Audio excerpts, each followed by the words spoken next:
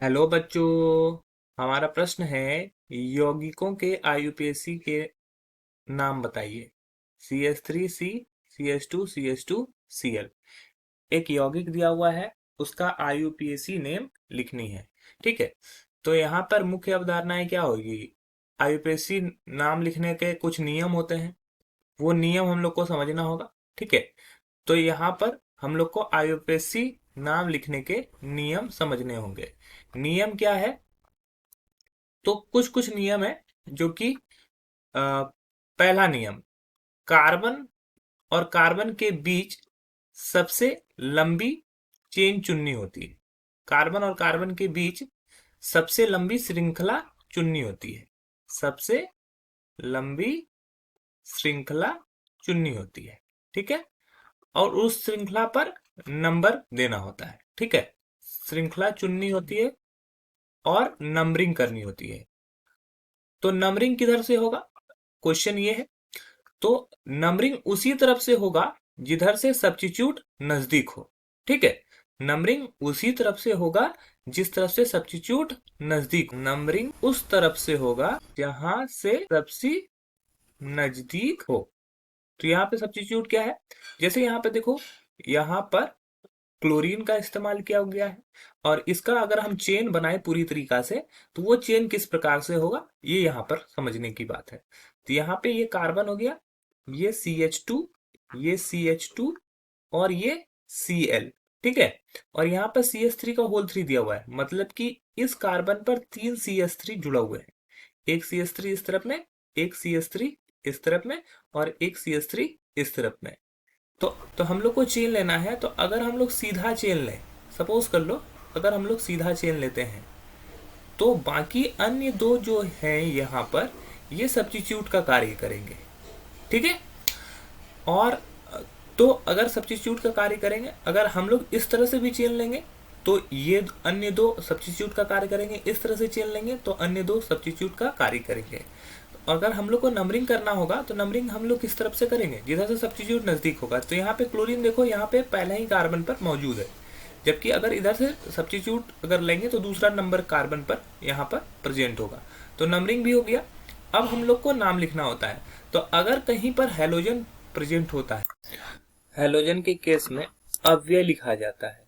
मतलब कि अगर हेलोजन प्रेजेंट हो तो उसको आगे में लिखा जाता है। साथ ही साथ यहाँ पे एक और नियम का उपयोग किया गया, जैसे इंग्लिश में अल्फाबेटिकली अगर देखा जाए तो अगर Cl का यहाँ पे इस्तेमाल किया गया है, क्लोरीन जो कि C से स्टार्ट होता है, जबकि मिथाइल का अगर देखते हैं तो मिथाइल M से स्टार्ट होता है।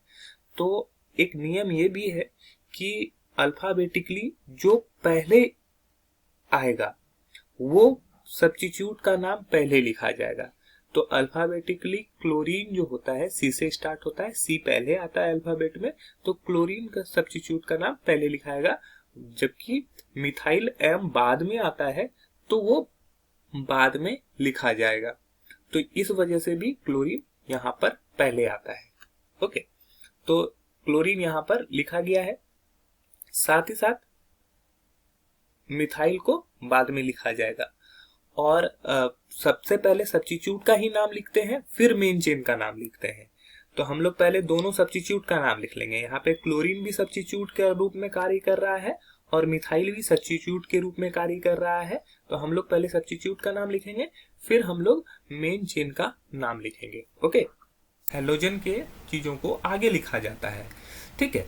तो हेलोजन को आगे लिखा जाता है तो इसको हम लोग क्या लिखेंगे? पहले नंबर पर हेलोजन है। हेलोजन के लिए जैसे क्लोरीन है तो क्लोरीन के लिए क्लोरो लिखा जाता है। अगर ब्रोमीन होता तो ब्रोमो लिखा जाता, अगर आयोडीन होता तो आयोडो लिखा जाता। तो पहला पोजीशन है फर्स्ट, तो 1 क्लोरो। ठीक है, 1 क्लोरो। उसके बाद हम लोग क्या है, तीसरे पोजीशन पे आ जाते हैं। तीसरे पोजीशन पे क्या है? यहाँ पर CH3 है। CH3 का एक नाम होता है क्या? मिथाइल। ठीक है। तो इस सब्स्टिट्यूट का नाम हो गया मिथाइल और इस सब्स्टिट्यूट का भी नाम हो गया मिथाइल। तो 2 मिथाइल है। तो तीसरे पोजीशन पर 2 सब्स्टिट्यूट है, तो 3 इस सब्स्टिट्यूट के लिए एक बार लिखा मैंने 3 और फिर इस सब्स्टिट्यूट के लिए भी मैंने पोजीशन लिखा 3।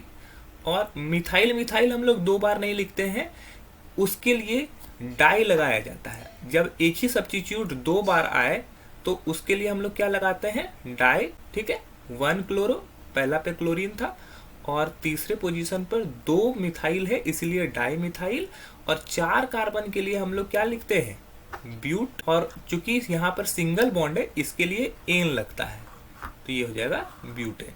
तो इसका पूरा नाम क्या हो जाएगा, 1 chloro 3,3 di methyl butane. Okay, आशा है कि आपको समझ में आया होगा। That's all, thank you.